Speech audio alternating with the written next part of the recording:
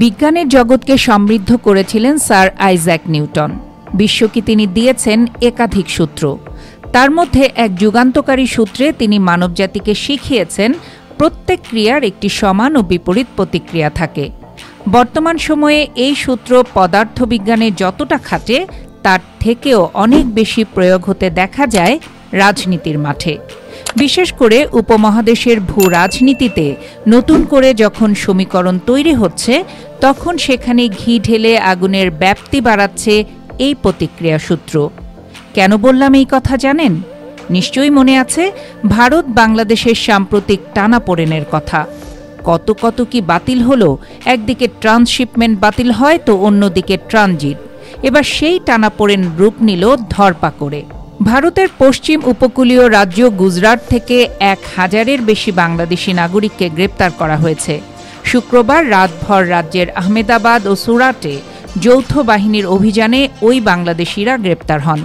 শনিবার গুজরাটের স্বরাষ্ট্র প্রতিমন্ত্রী হর্ষ সাংঘভি এই তথ্য জানিয়েছেন বলে দেশটির রাষ্ট্রায়ত্ত বার্তা সংস্থা প্রেস ট্রাস্ট অব ইন্ডিয়া পিটিআই-এর প্রতিবেদনে জানানো হয়েছে। এতে বলা হয়েছে, গুজরাটের আহমেদাবাদ থেকে কমপক্ষে 890 বাংলাদেশি ও সুরাটে 134 বাংলাদেশিকে গ্রেপ্তার করা হয়েছে। অবৈধ অভিবাসীদের বিরুদ্ধে গুজরাটে এখন পর্যন্ত এটি বৃহত্তম অভিযান বলে মন্তব্য করেছেন মন্ত্রী হর্ষ সাংঘভি। গুজরাটে বসবাসরত অবৈধ অভিবাসীদের পুলিশের কাছে আত্মসমর্পণের নির্দেশ দিয়েছেন তিনি। এই নির্দেশ উপেক্ষা করে রাজ্যে অবৈধভাবে বসবাসকারী অভিবাসীদের গ্রেপ্তারের পর নিজ দেশে ফেরত পাঠানো হবে বলে সতর্ক করে দিয়েছেন তিনি। একই সঙ্গে অবৈধ অভিবাসীদের আশ্রয়দাতাদের বিরুদ্ধেও আইনি ব্যবস্থা নেওয়া হবে বলে জানিয়েছেন গুজরাটের এই মন্ত্রী।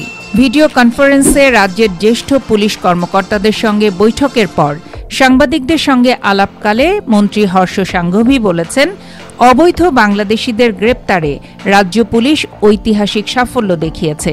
আহমেদাবাদ পুলিশ 890 এবং সুরাট পুলিশ 134 বাংলাদেশি অভিবাসীকে গ্রেপ্তার করেছে। রাজ্যে অবৈধভাবে বসবাসকারীদের বিরুদ্ধে গুজরাট পুলিশের এটি সবচেয়ে বড় অভিযান।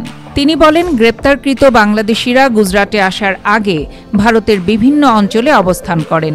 সেখানে তারা জাল নথি ব্যবহার করেছিলেন।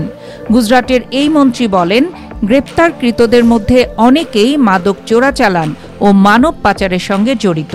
আমরা দেখেছি সম্প্রতি গ্রেপ্তার করা 4 বাংলাদেশির মাঝে 2 জন কিভাবে আল কায়দার স্লিপার সেলে কাজ করেছেন।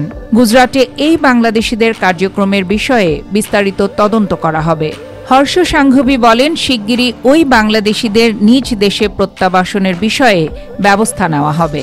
তিনি বলেন, তারা ভারতে ও গুজরাটের বিভিন্ন অঞ্চলে পৌঁছানোর জন্য যে জাল নথি ব্যবহার করতেন সেই বিষয়ে তদন্ত করা হবে।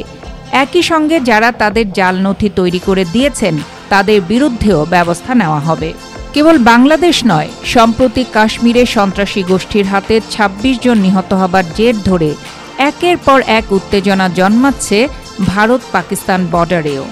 চলছে একের পর এক রাষ্ট্রীয় হুমকি ধামকি। ওদিকে চীনের সাথে বৈরিতা নিয়ে ভারতের আছে নানা পুরনো হিসেব নিকেশ। এমন একটি অবস্থায় বিশ্লেষকরা ভাবছেন, অতি দম্ভ আর শক্তির প্রকাশ করতে গিয়ে এই অঞ্চলে ভারত একা হয়ে পড়ছে না তো? যদি তাই হয়, তবে ভবিষ্যতে এই অঞ্চলের রাজনীতির অঙ্কটা কিন্তু বদলে যেতে পারে অনেকটাই। সে যাই হোক, পরিবর্তন হোক বা অবিচলতা, পুরো দৃশ্যটা দেখতে হলে অপেক্ষায় থাকতে হবে। দেখতে হবে কোথাকার পানি কোথায় গড়ায়, গঙ্গার পানি পদ্মায় নাকি পদ্মার পানি সিন্ধুতে।